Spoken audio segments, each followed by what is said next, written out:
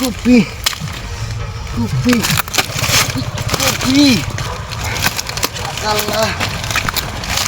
আসসালামু আলাইকুম। আলহামদুলিল্লাহ আজকে আমরা চলে আসলাম কপির জমিতে। কপি আজকে আমাদের কপিগুলো বিক্রি হচ্ছে 12 টাকা পিস। আমাদের এই কপিগুলো এর আগে বিক্রি করছিলাম 6 টাকা পিস। তো আলহামদুলিল্লাহ কপির দাম মোটামুটি অনেকটা বাড়ছে। আজকে কপিগুলো বিক্রি করছি 12 টাকা পিস। যেটা মূলত কপির জমি সেটাতে পাইকার নিজেই কপি কাটছে। এখানে অল্প কয়েকটা কপির গাছ ছিল, যে কারণে এখানে আর পাইকার আসে নাই। এখানে কয়েকটা কপি বের হবে, সেখান থেকে আমি নিজেই কপিগুলো কেটে দিতেছি। তো এই কপিগুলো নিয়ে আমরা আবার আমাদের যে কপিগুলো কাটছিল এগুলো আমরা রাস্তায় উঠাই দিচ্ছি। এখন যে ভ্যানলা আসছে উনি একাই আসছে আজকে, যে কারণে আমাকে এই কপিগুলো আজকে ওনার ভ্যানে আমাকে উঠাই দিতে হবে। আমি উঠাই দেবো, উনি ভ্যানটা সুন্দরভাবে সাজাই নেবে, সাজাই নিয়ে আবার চলে যাবে। তো আমার কপিগুলো ভালো দামে বিক্রি করলে কি হবে, আমার পাশের এক বড় ভাই কপি চাষ করছে, ওনার কপির জমি দেখলে মাথা নষ্ট হয়ে যায়। কারণ এত কষ্ট এত পরিশ্রম করে একটা ফসল ফলানোর পরে সেই ফসল যদি নষ্ট হয়ে যায় তাহলে কারোরই মাথা ঠিক থাকবে না। এই কপিগুলো নষ্ট হয়ে যাওয়ার কারণটা মূলত বুঝতে পারতেছি না যে কি কারণে কপিগুলো নষ্ট হয়েছে। যে চাষ করছে উনিও বুঝতে পারতেছে না কপিগুলো আসলে নষ্ট হওয়ার কারণটা কি। তো আমার মনে হয় এই কপির যখন ফুলগুলো বের হয়েছে, শুধুমাত্র বের হয়েছে তখন থেকে আকাশে কোনো রোদ নাই, অনেক ঠান্ডার কারণে 10-12 দিন ঠান্ডার কারণে আমার মনে হয় এই কপিগুলো এরকম হয়ে গেছে। যদি রোদ পাইতো একটু তাহলে হয়তো কপির ফুলগুলো অনেক ভালো হইতো। হয়তো বা রোদ না থাকার কারণেই কপিগুলো নষ্ট হয়েছে। আমার অভিজ্ঞতা থেকে আমি এটাই মনে করতেছি। তবে আপনারা যদি জানেন অবশ্যই বলে যাবেন যে কি কারণে কপিগুলো আসলে নষ্ট